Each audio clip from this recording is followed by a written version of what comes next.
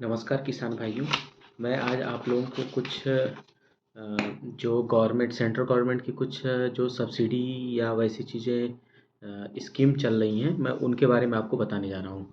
जैसे एक हाल में ही एक स्कीम सेंट्रल गवर्नमेंट द्वारा शुरू की गई थी, जिसका नाम है नेशनल लाइवस्टॉक मिशन।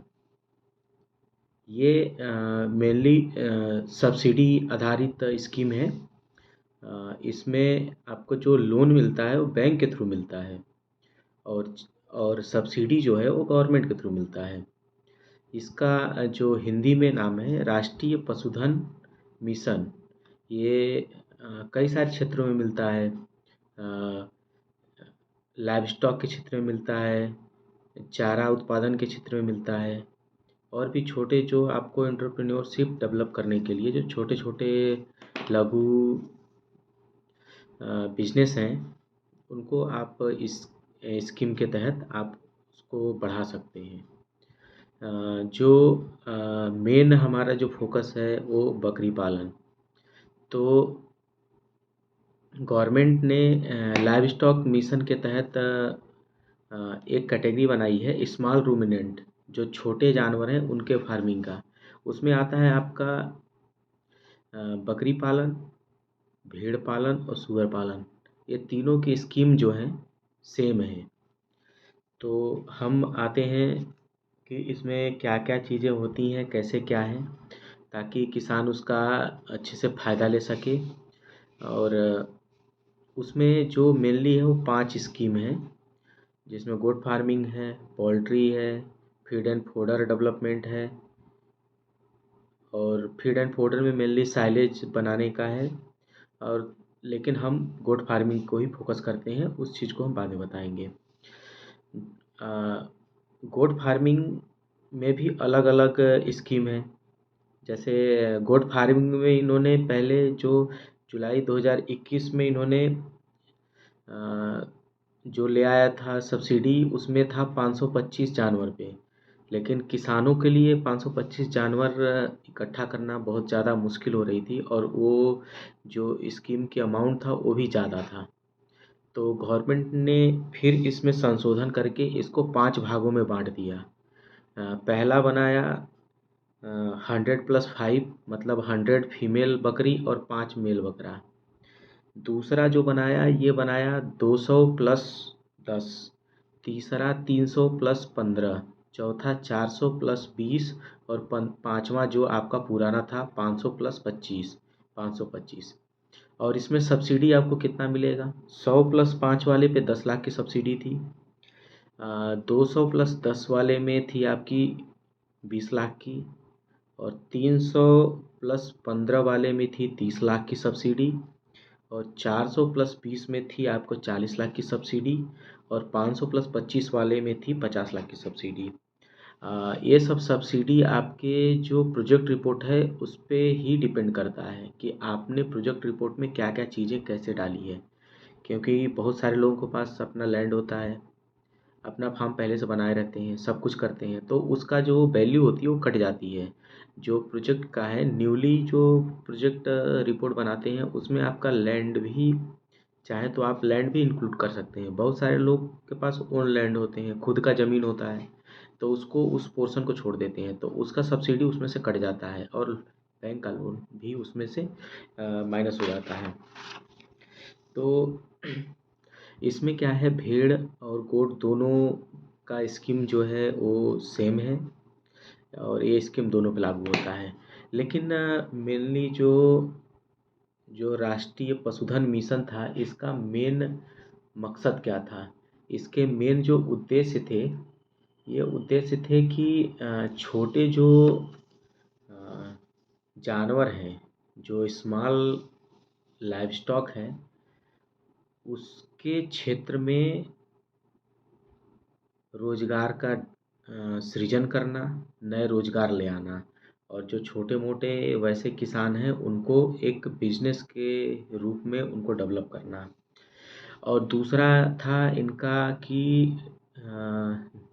नस्ल का सुधार करना, ताकि उनमें जो उत्पादन है उसकी वृद्धि की जा सके। और और तीसरा जो उनका मेन उद्देश्य था, जैसे मांस हो गया बकरी से, और पोल्ट्री में है तो अंडे हो गए, बकरी का दूध हो गया, ऊन हो गए, चारे हो गए, इनका उत्पादन में वृद्धि करना। और जो हमारे यहाँ बीज और खाद की डिमांड या वैसी चीज़ें बढ़ रही हैं, उनके जो मांग है उसको बहुत हद तक कम करना, ताकि आसानी से आहार और उनसे जो प्रोडक्ट प्राप्त हो रहे हैं वो ईज़िली लोगों को अवेलेबल हो सके। मांग की आपूर्ति को कम करना भी इनका मेन उद्देश्य था। इसीलिए इन्होंने कई सारे स्कीम के तहत कई सारे यूनिट का डेवलप करने का इन्होंने स्कीम चालू किया। किसानों को जानवरों को से जो किसान हमारे यहाँ हैं जो बकरी पालन कर रहे हैं, उनको ये नहीं पता है कि हमारे लाइव स्टॉक को या वैसी चीज़ों को कोई वैसी आपदा आ गई तो उसको कैसे। तो लाइव स्टॉक मिशन में इन्होंने स्कीम में एक ऐसा चीज़ बताया कि जैसे आपका किसान है उसको बीमा से जोड़े कैसे, इस चीज़ को भी उन्होंने बढ़ावा दिया। इन्होंने कुछ कुछ जैसे मुर्गी पालन हो गया, भेड़ हो गया, बकरी हो गया, आपके चारे का उत्पादन हो गया, इस पे इनका मतलब एक रिसर्च इंस्टीट्यूट या वैसी चीज़ों का में इन्होंने इंट्रोड्यूस करके उसको बढ़ावा देने के लिए वो कर दिया। और किसानों को उसके गुणवत्ता या वैसी चीज़ों को ट्रेनिंग देने के लिए, वैसी चीज़ों के लिए इन्होंने जगह जगह ट्रेनिंग सेंटर स्थापित किए। और तीसरा ये भी था कि लास्ट जो उद्देश्य इनका मेन था कि जो बकरी पाल रहे हैं या वैसी चीज़ें कर रहे हैं उनको फ़ायदा मिल रहा है कि नहीं, मतलब लागत को कम करना और प्रॉफिट को बढ़ाना, ये उनका उद्देश्य था। इसमें ज़्यादा कुछ है नहीं। जैसे आपका मेन जो आप जब इसके साइट पे जाएंगे, department of animal husbandry and dairying, ये सेंट्रल गवर्नमेंट का वो है, भारत सरकार का। तो इसके पे जाएंगे तो पहला आएगा आपका, या फिर आप डायरेक्ट इसके साइट को विजिट कर सकते हैं। इस तरीके से आपका साइट खुलेगा। मैं आपको अभी दिखाता हूँ कि किस तरीके से खुलता है। जब आप गूगल पे डालेंगे एनएलएम, जब गूगल पे डालेंगे तो ये आपका सेकंड वाला जो है उद्यमी मित्रा पे आप जब देखेंगे तो इसमें नेशनल लाइव स्टॉक मिशन का ये आएगा। आपको इस पे क्लिक करना है, नेशनल लाइव स्टॉक पे। जब आप नेशनल लाइव स्टॉक पे क्लिक करेंगे तो आपका ये खुलेगा, इस तरीके से आएगा। ये इस तरीके से खुलेगा और आप इस चीज़ को करके इसमें आपको आएगा स्कीम का जो इंस्ट्रक्शन है, जो किस तरीके से स्कीम काम करता है, उसी पे बिल्कुल आपको फ्लैश करते हुए आएगा अप्लाई हियर।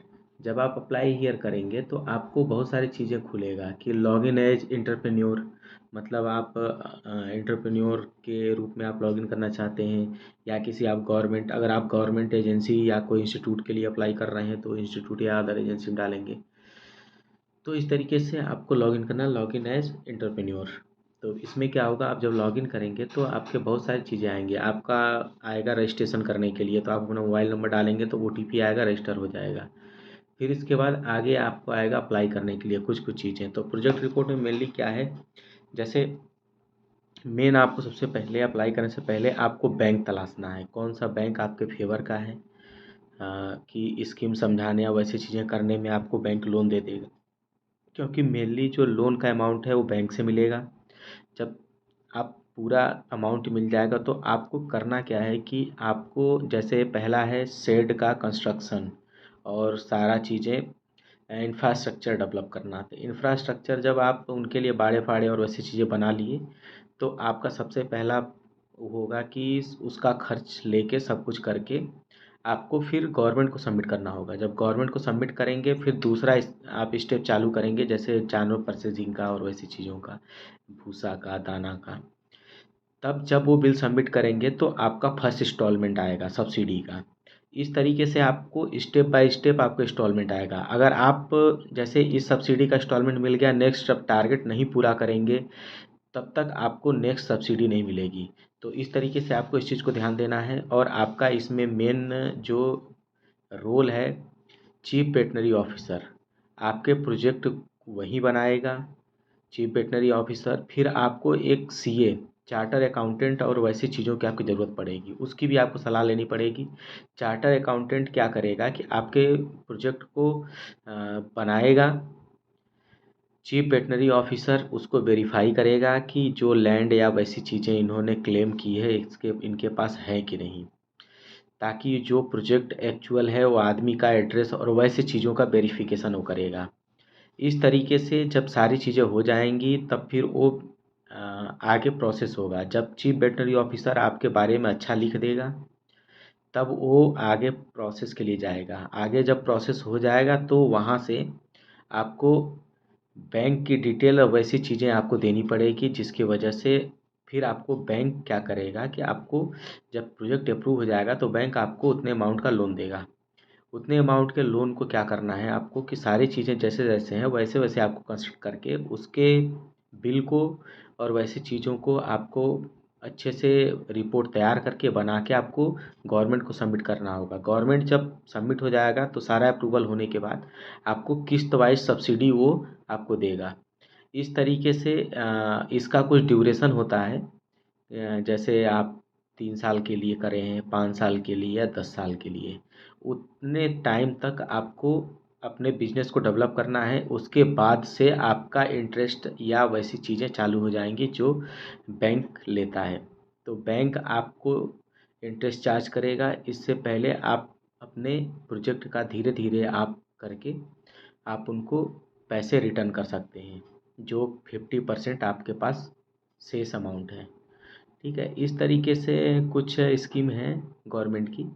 और मैं इसका लिंक जो है, जो इसका गाइडलाइंस है या वैसी चीज़ें हैं, कैसे आपको आवेदन करना है, क्या करना है, मैं लिंक को क्या करूँगा डिस्क्रिप्शन में डाल दूँगा, ताकि आप उसे इजीली विजिट करके और उस चीज़ को आप देख सकते हैं। ठीक है। मैं अब इसी बात पे अपने आप को विराम देता हूँ। ठीक है। और आप देख रहा हूँ सब्सक्राइब नहीं कर रहे हैं, आप कृपया चैनल को सब्सक्राइब करिए और बेल आइकन को भी दबा दीजिए ताकि आपको नोटिफिकेशन मिलता रहे। ठीक है, धन्यवाद।